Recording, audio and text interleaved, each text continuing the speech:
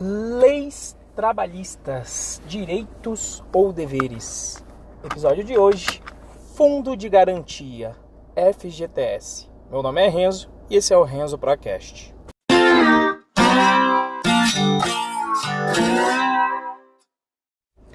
Então, no episódio de hoje, vamos continuar com a nossa caminhada de investigação das condições trabalhistas. A condição desse episódio vai ser o FGTS, o Fundo de Garantia do Trabalhador Salariado. Então esse fundo aí, se eu não me engano, quando eu vi o histórico dele, na época ainda se eu não me engano, antes do período da ditadura militar de 64, no sistema trabalhista vigente naquela época, existia a instituição da estabilidade no trabalho. Como é que funcionava essa estabilidade? Se você trabalhasse, você completasse 10 anos trabalhando em uma empresa, você não poderia mais ser mandado embora. E daí vem então quando você atingia a chamada estabilidade.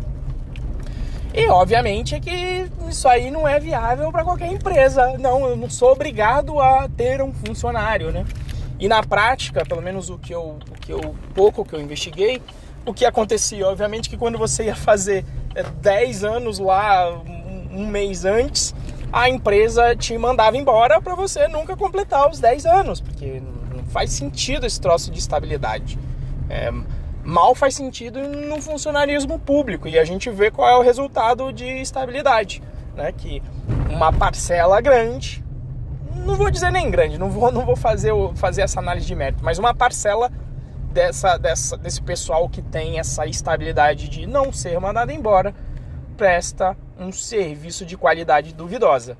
E nenhum patrão, a não ser o Estado, em sua magnificência, vai querer ter um trabalhador com essa estabilidade. E aí, para eles acabarem com essa questão da estabilidade, foi proposto o Fundo de Garantia do Trabalhador Salariado, que seria para eles um direito. E a intenção seria então você formar um fundo compulsório, onde o empregador contribui, e no caso, em algumas situações, o contratado no formato CLT pode mexer nessa grana. Eu vou ver junto com você essas condições aqui, mas a ideia é que você tenha então um colchão financeiro para caso você seja mandado embora, né? Bom, vamos lá. Como funciona então o FGTS? Primeiro, do ponto de vista do empregador. Do ponto de vista do empregador, ele vai ter que recolher 8% do seu salário bruto e depositar nessa conta que fica lá na Caixa Econômica Federal esse dinheiro que supostamente é seu. E no caso de você ser mandado embora, né, então esse empregador tem que te mandar embora. Não vale quando você pede demissão, mas se ele te mandar embora, vai acarretar em uma multa de 40% em cima do valor total que for depositado nessa conta do FGTS. Bom, então essa é a regra básica do FGTS para o empregador. Então o empregador tem que pensar assim: bom, eu não sei se eu vou querer no futuro mandar esse cara embora ou não. Então eu tenho que fazer as contas como se eu fosse. Então, se você vai pagar uma multa de 40% sobre tudo que é depositado, você pode fazer essa conta mensal, porque 40% dos 8% do salário bruto, que você já vai ter que contribuir com o FGTS, você já contabiliza 40% disso, que vai dar 4 vezes 8, 32, então vai dar 3,2%. Você já pode considerar isso inclusive algumas empresas consideram isso como um passivo, né? Ou seja, algo que pode sair do caixa da empresa. Então, todo mês, a empresa que é bem planejada vai colocar essa conta aí no passivo. Ou bem planejada, ou que pretende, se tiver que encerrar as suas operações e não ficar devendo nenhum direito de ninguém, ela tem que montar esse passivo. Então, na prática, com os 8% mais os 3,2%, você tem 11,2% do teu salário bruto. Mas lembre-se do primeiro episódio, o anterior a esse, em que então você ganhava um salário bruto de 10 mil reais, porque o empregador ele tem 133 mil no ano para te pagar, então você tem um salário bruto de 10. Logo, se ele quer te pagar esse 10 de bruto e não vai sair do bolso dele, não vai ter dinheiro a mais para pagar o FGTS, ele tem que fazer a seguinte conta, né? Então, 11,2%, você tem então 111,2% é igual a 10 mil reais, regra de 3, né? Respectivo a 10 mil reais. Logo, 100% que vai se tornar o seu novo salário bruto é quanto? Então vai ser os seus 10 mil reais dividido por 1,112. Essa conta que eu já fiz, deixa eu até ver aqui na calculadora. Então o seu salário bruto agora será de 8.992,80. Então é isso que essa conta que o seu empregador vai fazer, ou seja, mais R$1.010 que você, digamos aí, está deixando na mesa. Porque, relembrando, do ponto de vista de uma empresa que fosse contratada, não existe FGTS. Logo, você colocaria no seu bolso por mês na verdade, R$1.008 por mês. Que, então, você está deixando nesta conta do FGTS. Tá? Isso considerando, obviamente, se você fosse mandado embora.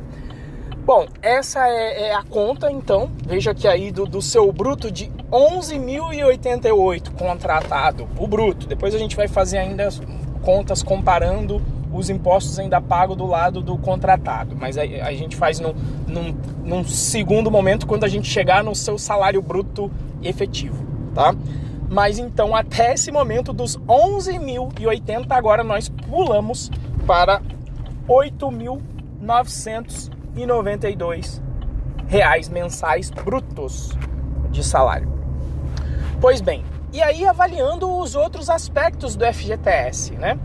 O FGTS não é um dinheiro seu, é um dinheiro do governo que em alguma ocasião pode ser que ele te libere. Uma ocasião muito especial foi que o Temer liberou o fundo para a turma tirar,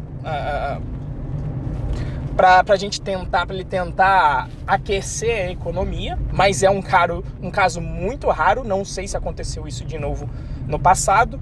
Outro caso de liberação aí, com os desastres naturais quando acontecem, por exemplo, o que aconteceu recentemente de Brumadinho. No caso ali de Brumadinho, liberaram o FGTS ali das pessoas, mas essas são condições extraordinárias e as condições ordinárias, as normais. A normal é, você tira o fundo, e isso respectivo só ao seu trabalho. Se você trabalhou em algum lugar, pediu demissão e tinha dinheiro no FGTS, ele vai ficar lá, não vai ter jeito. E aí se você entrar em outro e for demitido, essa conta respectiva a esse único trabalho onde você foi mandado embora, você pode retirar e vai ter a multa de 40% para você receber. Tá?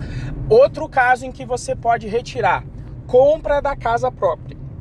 Só que na compra da casa própria, a questão é peculiar. Não é assim, você pode chegar lá, você dá uma primeira entrada e não é que de mês a mês você vai poder retirar o fundo de garantia e pagar sua casa própria. Não, meus amigos.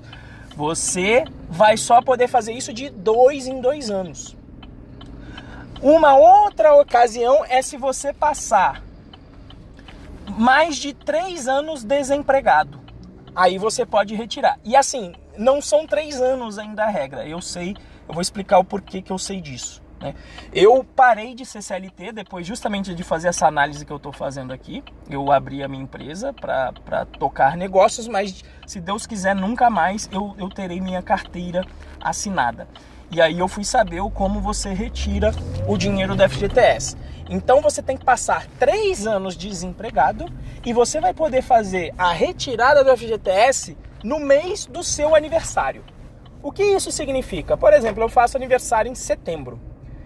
Se eu tivesse pedido, se eu parasse de trabalhar em outubro, que é um mês depois, eu teria que esperar 3 anos depois. Então, vamos supor, outubro de 2018. Eu teria que esperar outubro de 2021 para fazer 3 anos, só que aí eu só posso retirar no mês do meu aniversário. Ou seja, eu ganharia aí mais 11 meses para tirar, 4 anos e 11 meses. No meu caso não foi o que aconteceu, eu faço em setembro, mas minha última posição de trabalho sai em junho. Então significa que para mim o tempo vai ser junho, julho, agosto, setembro, mais 2 meses. Então eu vou ter que esperar 3 anos e 2 meses para retirar essa grana. Por isso, o dinheiro não é seu. O dinheiro é do governo e talvez ele deixe você mexer nele. Outra razão que você pode tirar, doença grave, tratamento de câncer, etc., você também pode retirar essa grana. Mas, por exemplo, eu fui sair e a minha esposa estava grávida, né? Eu não pude mexer no FGTS para pagar o parto da minha esposa. Então, são essas relações. Fora isso, o FGTS cria, como é o meu caso, cria um jeitinho, ele tem um problema no relacionamento do empregador com o empregado. Então, por exemplo, é muito comum a turma fazer o chamado acordo, né? O que é o acordo? O acordo é simplesmente você fingir com o seu empregador que ele te mandou embora. Só que isso deixa você meio à margem da lei, né? Porque aí ele finge, então ele tem que pagar 40% em cima do fundo. Mas como você fez um acordo, você vai ter que devolver esse dinheiro para ele. E possivelmente fora de contabilidade. Não vai ter jeito, porque esse acordo não está previsto. E por que você faz isso, esse acordo? Porque você não quer o seu dinheiro parado no FGTS. Então, primeiro ele cria essa instituição do acordo. Um outro fator muito escroto, o FGTS rende uma merda. Ele teve umas épocas que ele estava rendendo ainda menos que a inflação. E se ele está rendendo menos que a inflação, significa na realidade que você está perdendo dinheiro. Você com certeza consegue colocar numa merda de um CDB de liquidez diária aí, qualquer um desses bunda, por exemplo, do Banco Inter. Você coloca lá, vai render mais que o teu FGTS. Então, na realidade, você está perdendo dinheiro lá. E a outra relação esdrúxula que ela cria entre empregador e empregado é que ele coloca essa posição de, às vezes, o empregado ter que pedir por esse acordo por querer mexer no FGTS, né? E aí tem empregador que é honesto e vai falar, não vou fazer isso porque não é certo. E quando faz isso, às vezes o empregado pode entrar, aí entra num momento conflituoso, né? Que aí o empregado fala também, então tá bom, você não quer fazer, então não vou pedir demissão. E fica cagando pau no trabalho.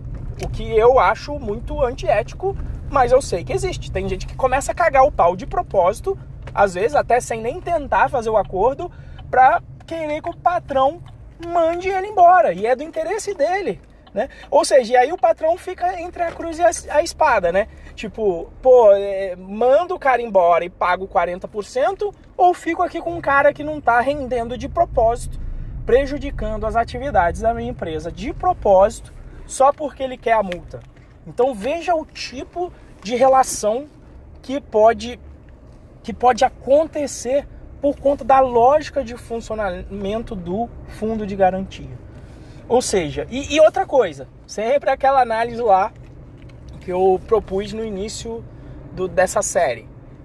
Você tem a opção de abrir mão do fundo de garantia e receber esse dinheiro na sua mão para fazer o que você quiser e efetivamente o dinheiro ser seu de verdade, não essa excrescência que é o fundo de garantia do jeito que é, você não tem essa opção. Logo, na minha definição, isso não é direito. Fundo de garantia, então, é um dever.